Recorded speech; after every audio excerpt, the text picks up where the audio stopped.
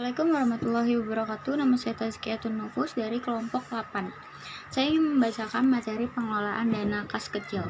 Definisi dana kas kecil adalah sejumlah uang tunai tertentu yang disisihkan dalam perusahaan yang digunakan untuk melayani pengeluaran-pengeluaran tertentu. 2. Karakteristik kas kecil. 1. Jumlahnya dibatasi sehingga tidak melebihi atau dikurangi dari suatu jumlah tertentu yang telah ditentukan oleh manajemen perusahaan.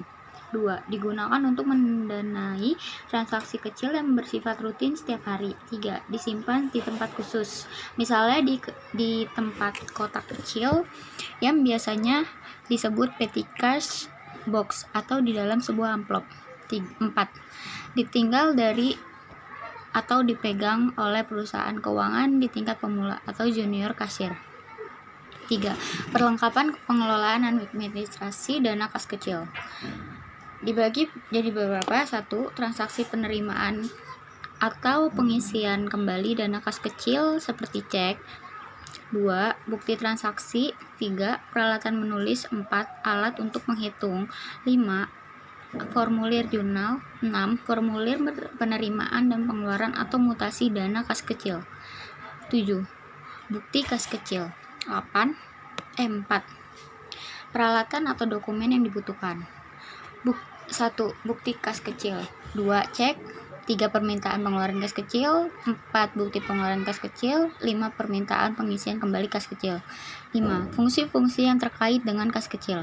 1. Fungsi kas, fungsi akuntansi, fungsi pemegang dana kas kecil, fungsi yang memerlukan pembayaran tunai, fungsi pemeriksaan internal. 6. Produser pembentukan dana kas kecil. 7. Bagian utang.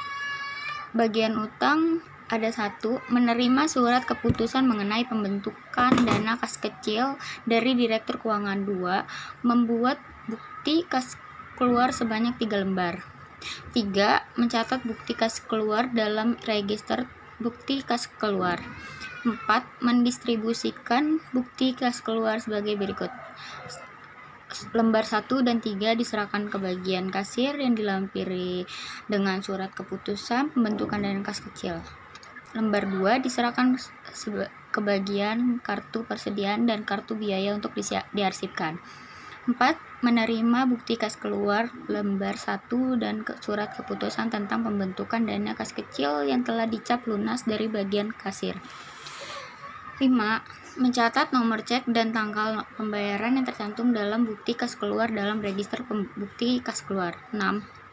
Menyerahkan bukti kas keluar lembar 1 dan surat keputusan tentang pembentukan dana kas kecil ke bagian akuntansi. 2. Bagian kasir atau kas menerima bukti kas keluar lembar 1 dan 3 beserta dokumen pendukungnya dari bagian utang. 2. Mengisi cek dengan sejumlah uang yang tercantum dalam bukti kas keluar dan meminta tanda tangan kepada pihak yang berwenang terhadap cek tersebut. 3. Membutuhkan cap lunas pada bukti kas keluar lembar 1, lembar 2, dan lembar 3 berserta SK pembentukan dana kas kecil. Mendistribusikan bukti kas kecil sebagai berikut. Pemegang dana kas kecil menerima cek dan bukti kas keluar lembar 3 dari bagian kasir, menguangkan cek ke bank, menyiapkan uang tunai yang diambil dari bank, menyiapkan bukti kasir yang keluar. 4. Bagian akuntansi menerima bukti kas keluar lembar 1 beserta surat keputusan tentang pembentukan dana kas kecil dari bagian utang. 2. Mencatat bukti kas keluar dalam register cek. 3. Mengarsipkan bukti kas keluar beserta SK tentang pembentukan dana kas kecil ke dalam arsip.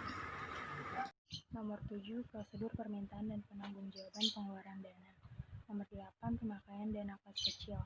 Membuat permintaan pengeluaran kas kecil rangkap 2 lalu dikirimkan kepada pemegang kas kecil. Menerima uang dari pemegang kas kecil bersama PPKK lembar 1. Mengarsipkan sementara PPKK 1 menurut nomor urut. Mengeluarkan uang dan mengumpulkan bukti pendukung.